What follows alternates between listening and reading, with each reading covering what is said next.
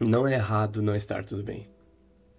Sempre que a gente vai conversar com alguém, encontra alguém, seja na rua, seja em qualquer lugar, seja conhecido, seja um amigo, a gente sabe que a primeira coisa que a gente ouve, ou a primeira coisa que a gente fala é: oi, e aí, tá tudo bem? Ou como que você tá? E as respostas quase sempre são as mesmas também, como quem diz: não, tá tudo bem, e você? Quando a gente sabe que na maioria das vezes não tá tudo bem. A gente talvez não queira expressar isso pra pessoa, porque a gente não tem intimidade, ou às vezes a gente só tá fingindo que tá tudo bem, porque a gente foi programado pra fingir que tá tudo bem.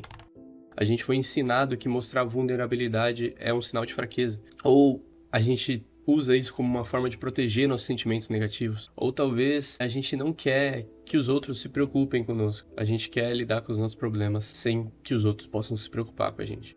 A verdade é que por esses e outros motivos, a gente acaba fingindo que tá tudo bem e a gente sabe que verdadeiramente não está. A gente finge que se importa com o que o outro tá pensando, a gente finge que se importa com como o outro tá, sendo que a maioria das vezes a gente não tá nem aí por como que o outro tá. A gente só tá perguntando por educação. A gente só tá fazendo o que a programação disse que é pra fazer. Mas então como a gente muda isso, como a gente pode melhorar, sabe? Como a gente mostra que a gente que pode ser vulnerável, como que a gente pode se importar com o outro de verdade, como a gente pode nos ajudar com os nossos problemas e também ajudar os outros. Não existe uma regra exata para isso, eu não sou um especialista nisso, eu não estudei muito para falar sobre isso, mas eu me peguei pensando sobre essas coisas e me deu essa vontade de refletir sobre isso. E depois de pensar um pouco, eu percebi que talvez o maior problema que existe em mim e muito provavelmente existe em qualquer pessoa é o fato de da gente não olhar para si mesmo. O primeiro passo, talvez, é olhar com sinceridade para dentro de nós e entender os nossos próprios problemas. Porque como a gente vai se ajudar, como a gente vai conseguir resolver aquilo que está errado em nós, se a gente não é sincero com nós mesmos sobre o que a gente está sentindo, a gente não consegue nem perceber como que a gente está e a gente quer, às vezes, ajudar o outro a melhorar nas dificuldades dele, porque é fácil olhar para o outro e julgar aquilo que ele está passando e perceber os problemas. É fácil realmente perceber aquilo nas outras pessoas, porque a gente tá vendo com os nossos olhos, às vezes, aquilo que as pessoas não estão vendo. Mas da mesma forma, os outros estão vendo aquilo que a gente não tá vendo, porque a gente não olha para si mesmo. A questão é que a própria Bíblia diz: tire primeiro a trave do seu olho, e então você verá claramente para tirar o cisco do olho do seu irmão. Ou seja, não significa que a gente não tem que ajudar o nosso irmão a tirar o cisco do olho dele. Significa que a gente não pode ser hipócrita e querer falar do outro, querer mostrar pro outro que ele tá errado, sem antes consertar aquilo que a gente tem errado em nós, ou sem antes tentar estar consertando, porque às vezes é um processo muito longo, mas se a gente começar a olhar para nós, a gente vai perceber que talvez a gente também precise de ajuda para tirar a trave do nosso olho, a gente também precisa de ajuda e não vai conseguir fazer isso sozinho. E à medida que a gente percebe isso, à medida que eu vi isso, eu percebi, cara, eu não preciso lutar com os meus problemas sozinho, eu não preciso enfrentar minhas dificuldades sozinho, eu não preciso, sabe, eu posso ter pessoas que me ajudem, eu posso ter do meu lado pessoas que me apoiem, assim como eu posso apoiar os outros também. E sobre isso, Jesus também diz em Mateus 11:28: vinde a mim todos os que estáis cansados e sobrecarregados, e eu vos aliviarei. Tomai sobre vós o meu jugo e aprendei de mim, porque eu sou manso e humilde de coração, e encontrareis descanso para as vossas almas, porque o meu jugo é suave e o meu fardo é leve. Jesus, ele mostra que ele é um caminho de apoio, ele é um amigo que ele tá ali para que a gente deposite sobre ele as nossas dores, as nossas dificuldades, os nossos fardos, que muitas vezes são muito pesados para que a gente carregue sozinho, mas a gente quer carregar sozinho porque a gente é orgulhoso.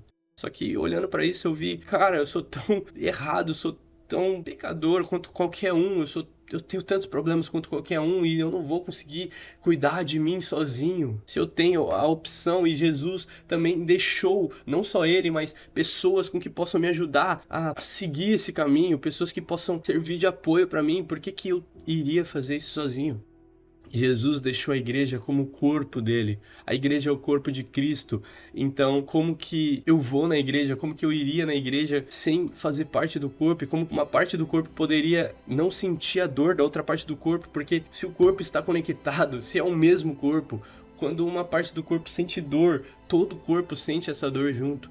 E é para isso, por isso que a igreja é tão bonita, por isso que a igreja deveria ser tão especial que muitas vezes a gente deturpou a imagem daquilo que Jesus queria para a sua igreja. Mas a igreja verdadeiramente e essencialmente é o corpo de Cristo, um lugar de comunhão entre o corpo, entre as partes do corpo, um lugar onde as partes do corpo estão reunidas.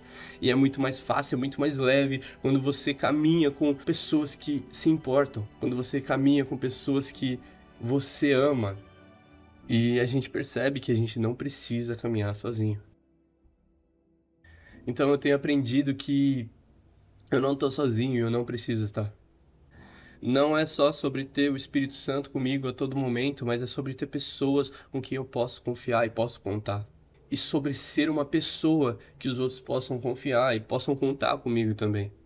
Hoje eu faço questão de orar por todos eles e perguntar se realmente está tudo bem, perguntar se eles precisam de oração, se eles precisam de alguma coisa.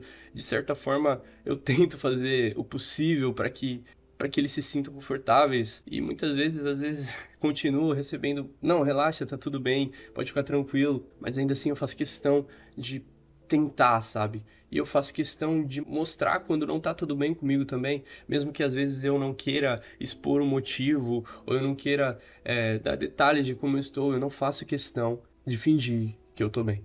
Não é errado estar mal, não é errado estar em crise, estar passando por dificuldades, estar com problemas. Não é errado, não tá tudo bem. E é por isso que eu entendi e eu percebi que é melhor passar por essas dificuldades, passar por essas crises, compartilhando, pedindo ajuda para os que estão perto de mim. Porque eu sei que às vezes na minha dificuldade o meu irmão não tem essa dificuldade. O meu amigo vai poder me ajudar naquilo que eu tenho dificuldade e eu posso ajudar ele naquilo que ele tem dificuldade. É claro, a gente sabe que tem momentos certos para isso e tem pessoas certas para isso, mas isso me fez começar a dar mais valor para quem tá perto de mim, a me importar de verdade com quem tá ao meu redor e quem se importa mesmo comigo e me importar realmente com eles. Eu não sei se isso faz sentido para alguém que tá ouvindo isso, mas para mim fez sentido e eu tenho tentado ser alguém mais vulnerável, ser alguém mais sincero comigo mesmo e com os outros. E às vezes o que nos falta é deixar o orgulho de lado e perceber que a gente não é tão bom assim. A gente sabe que a gente não é perfeito, mas muitas vezes a gente acha que a gente é muito bom. Bom o suficiente para resolver nossos problemas sozinhos, bom o suficiente para dar a volta por cima. Mas isso é assunto para outro vídeo.